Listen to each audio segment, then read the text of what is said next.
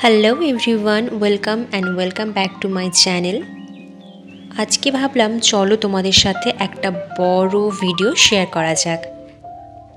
এখন যে পরিমাণে গরম পড়েছে, সত্যি কথা বলতে সেরকম কোনো খাবারই যেন মুখে রুচছে না। এতটাই গরম, কোনো খাবারই ঠিকঠাকভাবে খেতে ইচ্ছে করছে না। তো তাই জন্য মা আজকে বলল যে একটু মাছের টক বানাবে। তো তাই জন্য আমি ভাবলাম সেই মাছের টক রেসিপিটা তোমাদের সাথে শেয়ার করি।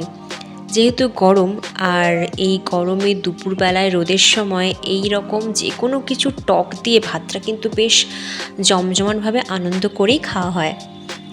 আজকে মা বানিয়েছিল ঢ্যাঁড়স, কাঁচা আম, ডালের বড়া আর মাছ দিয়ে টক।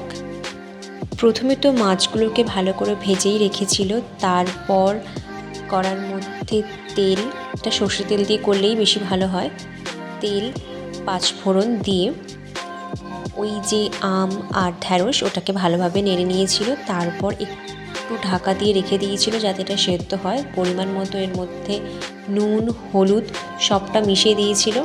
তারপর ওই যে ভেজে রাখা বড়াগুলো সেগুলোও এর মধ্যে দিয়ে দিয়েছিল এবং ভেজে রাখা মাছগুলোও দিয়ে দিয়েছিল।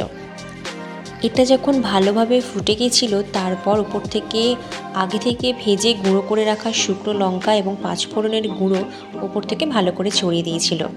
তোমরাও বাড়িতে এই রকম গরমে এরকম পাতলা একটা মাছের টক বানিয়ে খেয়েও দেখো, মুখটা একদম ছেড়ে যাবে আর খাবারটা কিন্তু অনেক তৃপ্তি করে খাওয়া যাবে। আর এই টকটা যদি হয় কাঁচা আমের, তাহলে তো আর কিছু বলারই নেই। আমি যেহেতু মুড়ো খেতে ভালোবাসি, তাই মা আমার পাতে মুড়োটাই দিয়েছিল। আজকে দুপুরে মেনুতে ছিল এই পাতলা করে মাছের টক, বড়া ভাজা আর এই আলু ভাতে। আজকে তো আমি খুব আনন্দ করে খেয়েছি। আর তোমরা বাড়িতে এই রেসিপিটা বানিয়ে খেয়ে দেখো, আশা করছি অবশ্যই তোমাদেরও খুব ভালো লাগবে। টাটা।